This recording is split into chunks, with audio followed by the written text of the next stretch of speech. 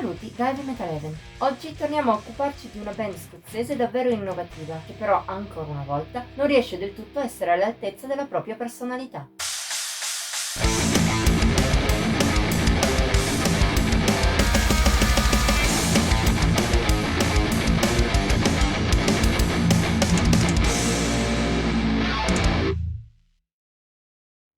Tra le band di cui abbiamo seguito tutta o quasi la carriera, gli End of Cailleach sono un caso molto particolare. Nati a Edimburgo nel 2020, da allora, a eccezione dell'EP acustico Meo Reich, abbiamo avuto la possibilità di recensire ogni loro prodotto. Da un lato è stato un piacere perché questo duo formato dai coniugi Fraser propone da sempre un suono di spiccata originalità.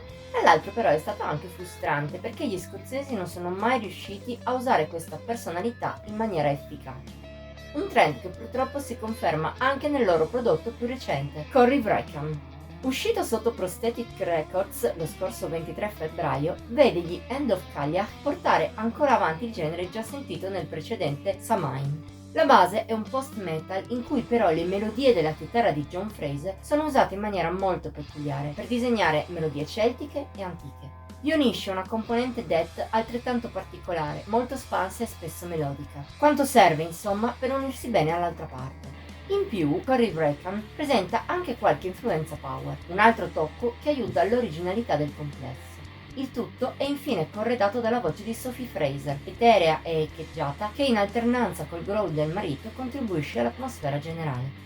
Proprio quest'ultima è uno dei punti di forza degli End of Cailleach, che riescono a evocare bene sensazioni lontane nel tempo e nello spazio, espanse e oniriche. Ma purtroppo, così facendo, trascurano un po' il lato musicale. Intendiamoci, non che la musica degli scozzesi sia scadente, e anzi già il fatto che non sia esagerato definire il loro stile innovativo dà loro un vantaggio su tanti altri. Un vantaggio che però non è sufficiente, visto che dal punto di vista della sostanza, Corey Breckan stenta un po'. Il problema principale è la ripetitività della scaletta. Se presa a sé stante, ogni canzone ha i suoi spunti e risulta almeno buona. Andando avanti nel disco, il senso di già sentito diventa presto forte. Accade soprattutto a livello vocale e a ritmi di base, mentre a livello di riff gli End of Cailleach variano di più. Quest'ultimo pregio non rende però quanto potrebbe. Colpa di una registrazione sporca e molto puntata verso l'atmosfera, che solo di rado vede le ritmiche picchiare davvero. Il risultato di tutto ciò è una scaletta che scorre spesso piacevole, ma è molto omogenea e a tratti viene in noia.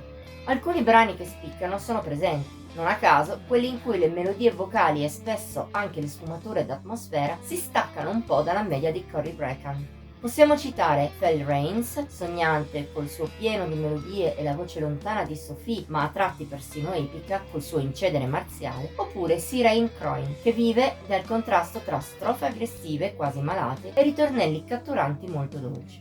O ancora The Hubris of Prince Breckan, guidata dalla cantante su lidi più folk della media. Al massimo si può citare la conclusiva Of Twilight and the Pyre, che lascia da parte la frenesia media per qualcosa di più aperto, con anche violini a sottolineare i fraseggi celtici, almeno all'inizio. A parte questi brani però l'album è piuttosto piatto, non riesce a incidere come potrebbe, ed è un vero peccato.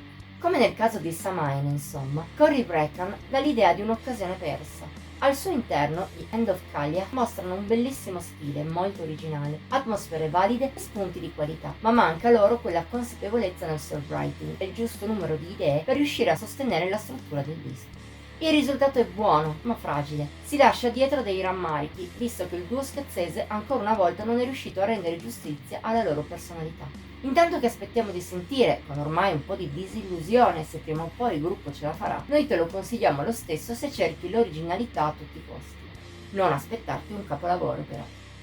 Voto di Heavy Metal Heaven 76 su 100. Per oggi chiudiamo qui. Se ti è piaciuta la video recensione puoi metterle like, condividerla e commentarla. Ti invitiamo inoltre a iscriverti al nostro canale e attivare la campanella degli avvisi per non perderti nemmeno uno dei video che pubblichiamo ogni pochi giorni. Infine, seguici su Facebook, Instagram e Pinterest. Come sempre, trovi i link in descrizione. Ci vediamo la prossima volta!